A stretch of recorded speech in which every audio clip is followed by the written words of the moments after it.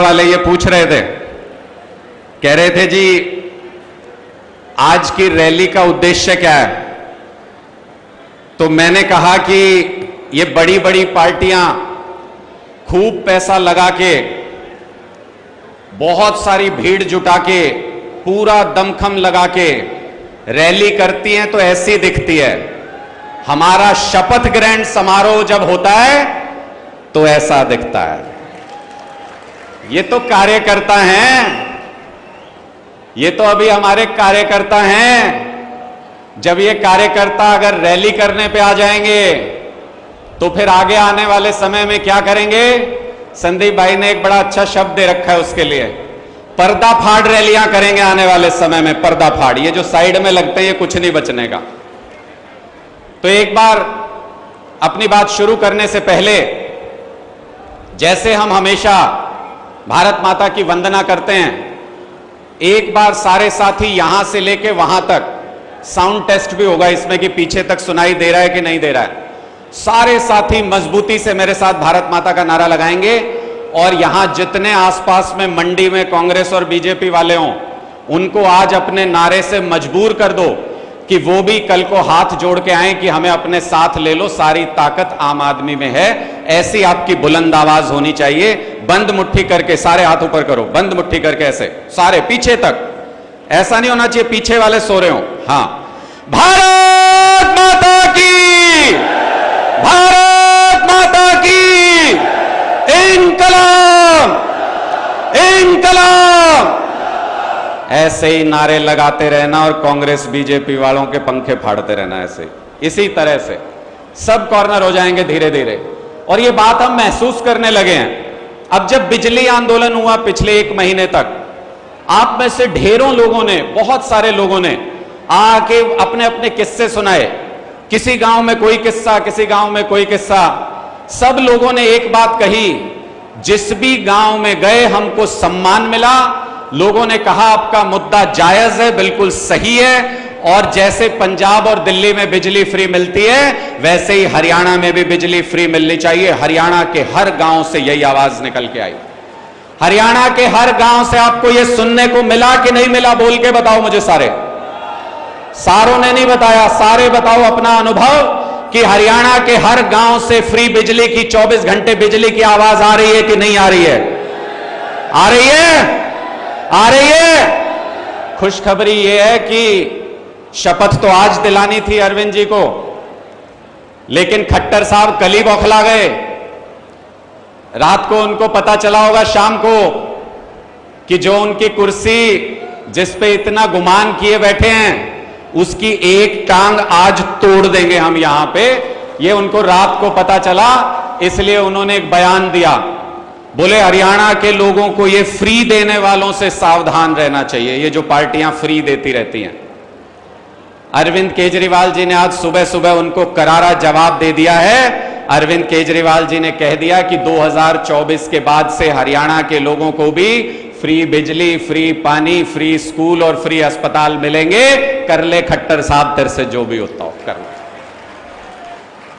और खट्टर साहब को पहले ही पता उनके साथ क्या होना है, इसलिए खट्टर साहब ने कुछ दिन पहले बयान दिया था कि 24 में अगर मुझे नहीं चुना तो मैं चद्दर तान के सो जाऊंगा। अरे सो जा भाई, किसी पे एहसान कर रहा है क्या? सो जा, आज भी सोए बराबर ही है, आज भी सोए बराबर ही तो है। ऐसा प्रदेश जहां पे किसान को मुआवजा नहीं मिल रहा, ऐसा प्रदेश जहां महिलाओं के मान सम्मान की रक्षा नहीं हो रही, ऐसा प्रदेश जहां पे युवाओं को रोजगार नहीं मिल रहा, बच्चों को शिक्षा नहीं मिल रही, सरपंचों को उनके अधिकार नहीं मिल रहे, कर्मचारियों को ओपीएस नहीं मिल रही, क्लर्कों को उनकी सैलरी नहीं मिल रही जो जायज हक मिलना चाहिए, आशा वर्कर्स को उनके अधिकार नहीं मिल रहे, उनका मानदेय नहीं मिल रहा जो मिलना चाहिए। ऐसे प्रदेश में जहां किसी भी वर्ग को कुछ मिल नहीं रहा, वहां पे इसका मतलब उनका मुख्यमंत्री सो रहा है, इसलिए कुछ भी नहीं मिल रहा पूरे प्रदेश के अंदर। तो इसलिए खट्टर साहब के जाने का वक्त आ गया। और खट्टर साहब जाएंगे तो फिर कौन आएगा? कौन आएगा? खट्टर साहब जाएंगे तो सुनाई नहीं दिया, कौन आएगा? यार कल तो मैं सुन रहा था ये कांग्रेस वाले कह रहे थे कि हम आएंगे उसके बाद। कौन आएगा? जोर से बताओ इनको जरा, कौन आएगा? ये कांग्रेस वाले भी ध्यान से सुन लें, बीजेपी वाले भी ध्यान से सुन लें, और इनेलो जेजेपी वाले तो सुनो चाहे मत सुनो, कोई फर्क भी नहीं पड़ता, कोई वोट नहीं है तुम्हारे पल्ले। तो इसलिए अब जो आम आदमी का राज आएगा उसमें आम आदमी अपनी सरकार बनाएगा और खुद सरकार चलाएगा। मैं ऐसा क्यों कह रहा हूं? पहले सबसे बड़ा शगुफा क्या होता था इन लोगों के पास? जब तक आम आदमी पार्टी अस्तित्व में नहीं आई थी तब तक ये लोग क्या करते थे? ये जैसे यहां कोई भाई बैठा है, मोक्ष बैठा है भाई, इसका मन कर गया चुनाव लड़ना है, तो ये कहता भाई मैं तो तैयारी करूंगा, चुनाव लड़ूंगा। तो इसके पास 4 नेता आके बैठ जाते थे शाम को, बोलते यार तू कैसे चुनाव लड़ेगा? तेरे बाप दादा ने भी राजनीति करी है कभी? हमारे तो पिताजी थे, फिर उनके पिताजी थे, फिर मेरे दादा थे, फिर परदादा थे, वो नेता थे, हमको पता है सरकार कैसे चलती है, तुमको पता नहीं है सरकार कैसे चलती है। फिर गरीब बेचारा कोई भी कमजोर आदमी नहीं सोचता हाँ बात तो सही है यार, मेरे तो बाप दादा कोई रहे नहीं राजनीति में, मैं कैसे सरकार चलाऊंगा। अरविंद केजरीवाल जी ने, जिनकी 7 पुश्तों में शायद किसी ने राजनीति नहीं की, अरविंद केजरीवाल जी ने एक आम घर से निकल के ऐसी सरकार चला के दिखा दी दिल्ली के अंदर कि मोदी जी की नाक के नीचे बैठ के नाकों चने चबवा रहे हैं। समझ नहीं आ रहा भारतीय जनता पार्टी को कि क्या करें। एक आम घर से निकल के सरदार भगवंत मान जी, एक टीचर के बेटे, एक आम परिवार से आए, ऐसी सरकार चला के दिखा दी पंजाब के अंदर कि समझ नहीं आ रहा बाकी राजनीतिक पार्टियों को कि करें तो क्या करें, वोट लें तो कैसे लें।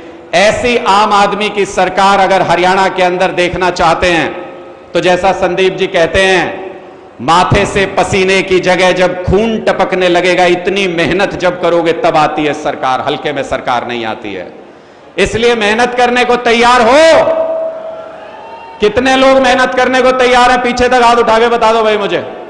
ये मीडिया वाले साथी भी पीछे घुमा के देख लेना कैमरा, एक एक साथी जी जान से लगेगा और 2024 में पूरे बहुमत की सरकार। मैं ऐसा इसलिए दावे के साथ कह सकता हूं क्योंकि पिछले 1 साल में जब से अरविंद केजरीवाल जी ने यह कहा कि इस मिशन पे निकल पड़ो, तब से पिछले 1 साल में 850 से ज्यादा गांव के अंदर जनसभाएं की हैं।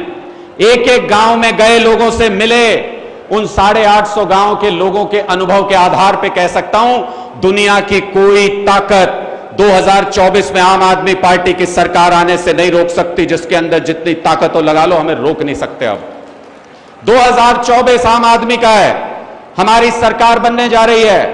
आपको ध्यान ये रखना है, एक एक कॉन्स्टिट्यूएंसी से, एक एक डिस्ट्रिक्ट से आपको इतना ध्यान रखना है, आप एक कदम भी पीछे मत छूट जाना। मैं क्यों ऐसा कह रहा हूं?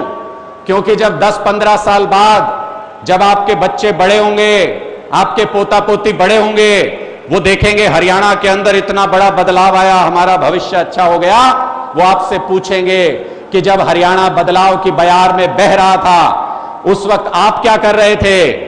आप नजर नहीं मिला पाएंगे अपने बच्चे और पोता पोतियों से अगर एक कदम भी पीछे रह गए। इसलिए पूरी ताकत से जुटना पड़ेगा, पूरी ताकत से इस इनकलाब का हिस्सा बनना पड़ेगा। ये सारी पार्टियों वाले कई बार ये कहते हैं कि 1 साल के अंदर कैसे कर लोगे।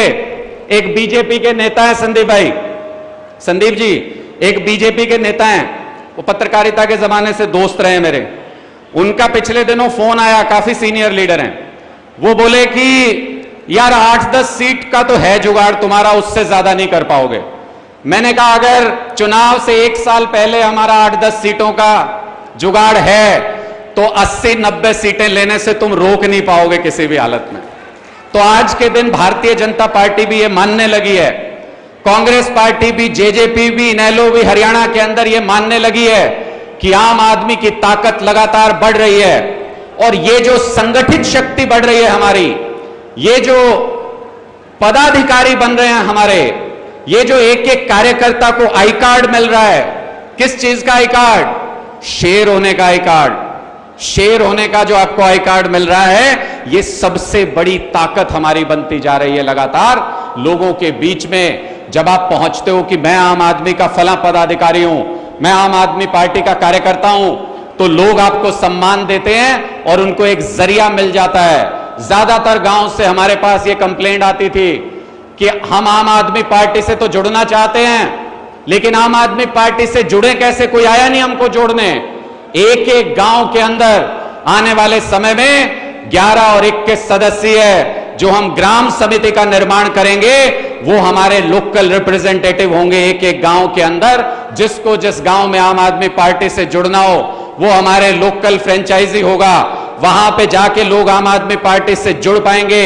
और उसके बाद जो इनकलाब और सैलाब आएगा पूरे हरियाणा के अंदर, जो व्यवस्था बनेगी उसमें आम आदमी पार्टी 90 के आसपास ही सीट जीतेगी। ये आज मैं आपको बता दूं, कोई 1-2 सीट इधर उधर होगी, और वो भी इसलिए कि कोई तो मेहनत करने वाला एक आध उधर भी बचा होगा, बाकी तो सारे कामचोर दूसरी पार्टियों में, कोई होगा तो एक आध सीट पे मुकाबला कर लेगा। नहीं तो आम आदमी की ताकत जो खड़ी हो रही है, जो संगठन खड़ा हो रहा है, उसकी ताकत के दम पे 2024 में हम सरकार बनाने वाले हैं। और ये जो सरकार बनाने का जो प्रण हम ले रहे हैं, इसका हौसला यहां अगली पंक्ति में बैठे व्यक्ति से लेके पीछे तक के हर व्यक्ति को सिर्फ एक ही शख्स से मिलता है। वो हौसला किससे मिलता है? वो हौसला अरविंद केजरीवाल जी से वो हौसला मिलता है। सारे लोगों को उनका जीवन हमारे लिए जिस तरह से प्रेरणा बना,